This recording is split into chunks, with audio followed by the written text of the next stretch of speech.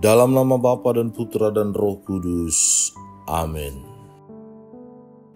Ya Allah Bapa kami bersyukur kepadamu karena Engkau selalu ada beserta kami. Engkau hadir dalam setiap firman yang kami baca dan renungkan. Dan kami mohon penerangan Roh Kudus-Mu agar segala perhatian dan akal budi kami terarah kepadamu lewat firman dan renungan yang akan kami dengarkan saat ini. Dan semoga kami mendengarkan dan merenungkan sabdamu, kami memperoleh kekuatan untuk menjadi saksi-saksimu setiap hari. Demi Kristus Tuhan kami. Amin.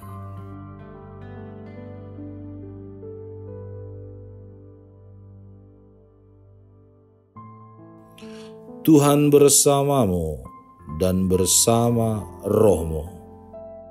Inilah Injil suci menurut Lukas. Dimuliakanlah Tuhan. Yesus bersabda kepada para murid, "Siapa di antara kamu yang mempunyai seorang hamba yang membajak atau menggembalakan ternak baginya, akan berkata kepada hamba itu setelah ia pulang dari ladang, 'Mari segera makan.'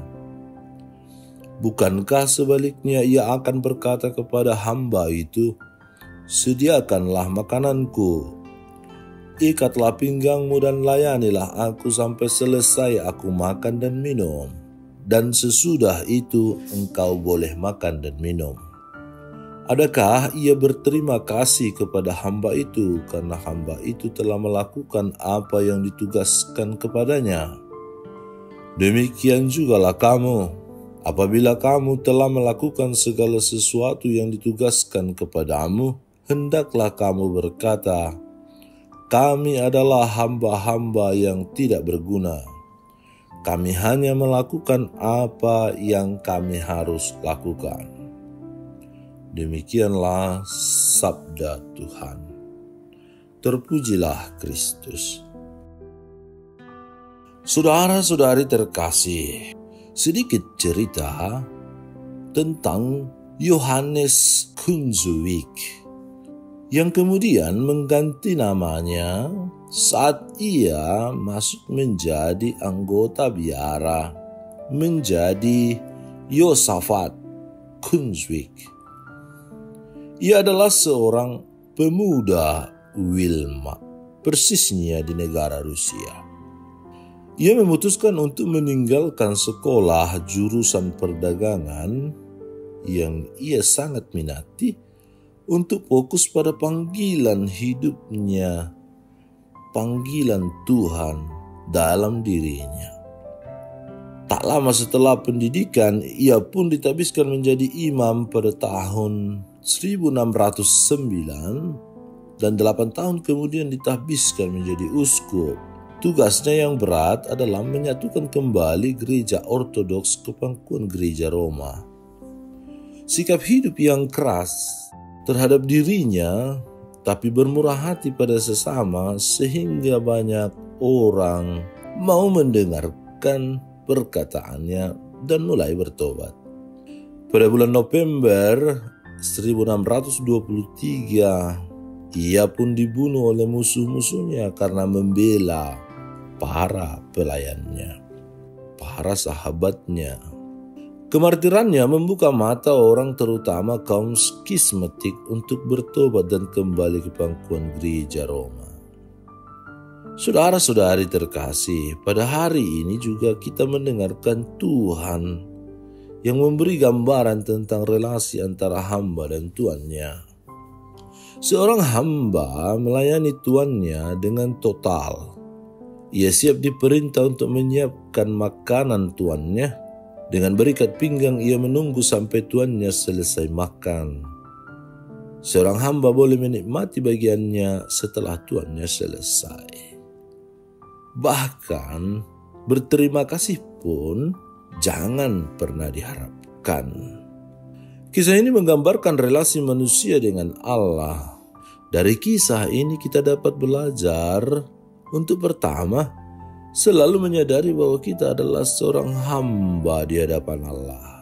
Kita dipanggil untuk menjadi pelayan, bukan tuan yang harus dilayani. Sama seperti Yesus yang datang bukan untuk dilayani, melainkan untuk melayani, bahkan memberikan seluruh dirinya sehabis-habisnya untuk melayani, untuk menyelamatkan.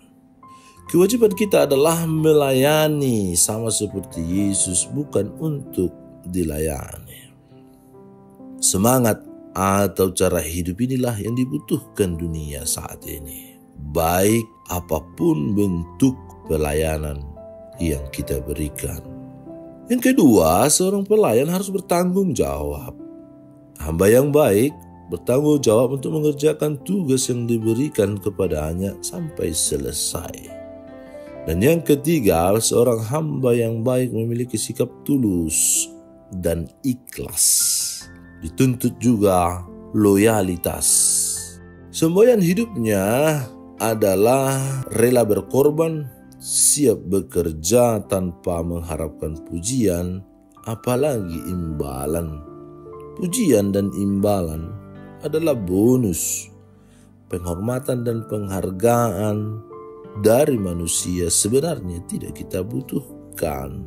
Yang kita butuhkan adalah semoga Allah mengingat kita ketika kita mengakhiri hidup kita dan kita bertemu atau berjumpa dengannya secara personal.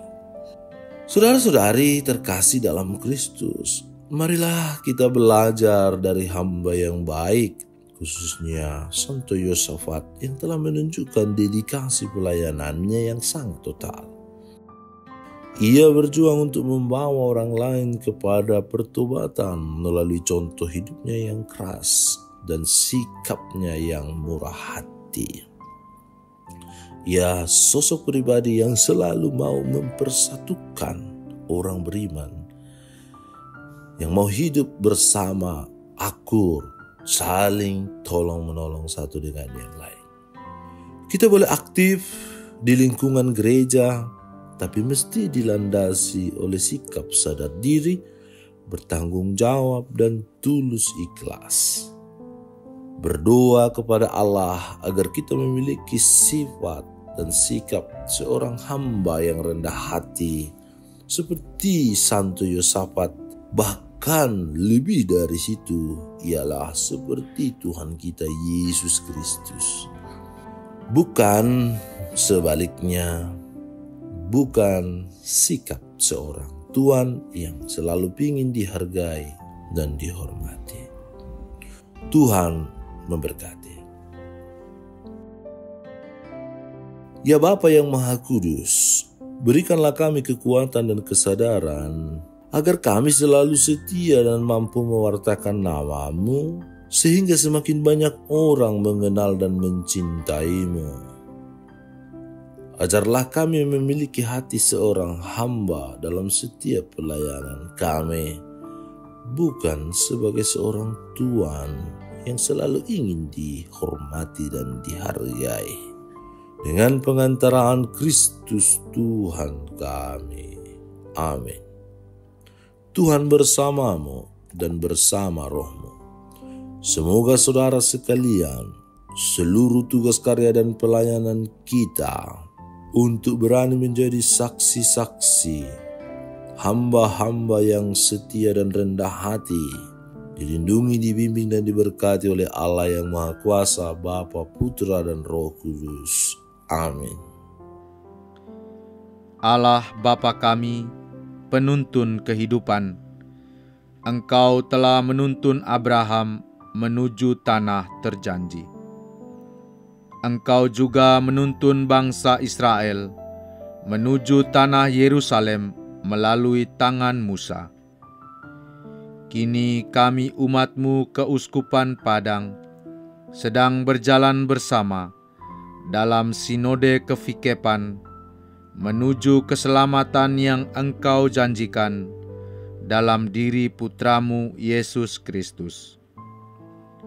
Tuntunlah peziarahan hidup kami dengan kuasa Roh Kudus-Mu, agar kami tetap tabah, sabar dan setia menghadapi kesulitan dan tantangan hidup.